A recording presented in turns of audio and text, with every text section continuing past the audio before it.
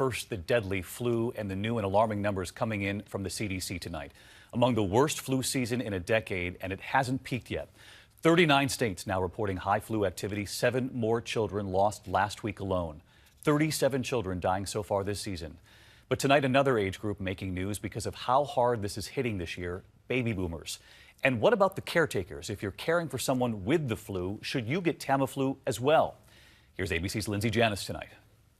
Tonight, 37-year-old mother Carly Ilg-Slavin from Indiana, one of the flu epidemic's latest victims. Her father says she'd been taking care of her husband and children who had the virus when she started feeling sick. My wife called and said, "Get over here right away." They put her in ICU. She's in critical condition. He says she died just 3 days after testing positive for the flu. We all were there standing around her, and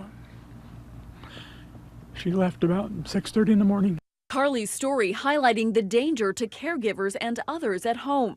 Tonight, the CDC recommending that some people at a higher risk take a preventative dose of Tamiflu, even if they don't have the flu, a step that could cut their chances of getting the virus by up to an estimated 80%. If there are infections in the household and you're concerned about an older individual in the home, talk with your doctor and see if the prophylactic medicines are something that would be useful. Across the country, nearly 12,000 flu patients so sick they've had to be hospitalized. The CDC says the number of children reported to have died from the flu this season has climbed to 37. 12-year-old Dylan Winnick's family says he had a fever on Monday and died on Tuesday. Shocking. You get a call that he's passed. How the hell does that happen?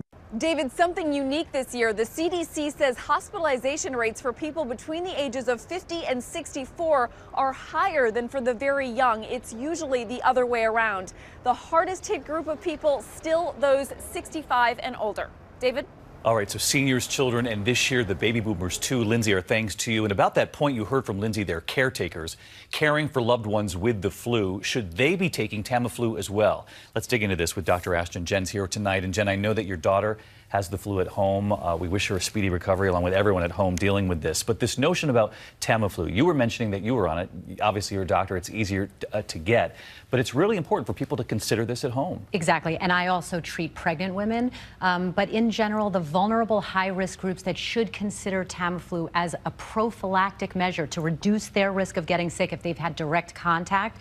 High-risk groups include people over the age of 65, anyone with chronic medical condition like asthma, pregnant women, or anyone with a weakened immune system. Those are the vulnerable groups. And in the meantime, Jen, we'd heard for years that you have to be on Tamiflu within 48 hours of symptoms, but you've learned something else now. That's really the old thinking. There was that firm line in the sand about the 48-hour mark. Now there's new data that suggests that even after the first 48 hours of symptoms, antiviral medications like Tamiflu can be helpful. So that should not be a reason to withhold treatment. All right, Dr. Ashton with us as well.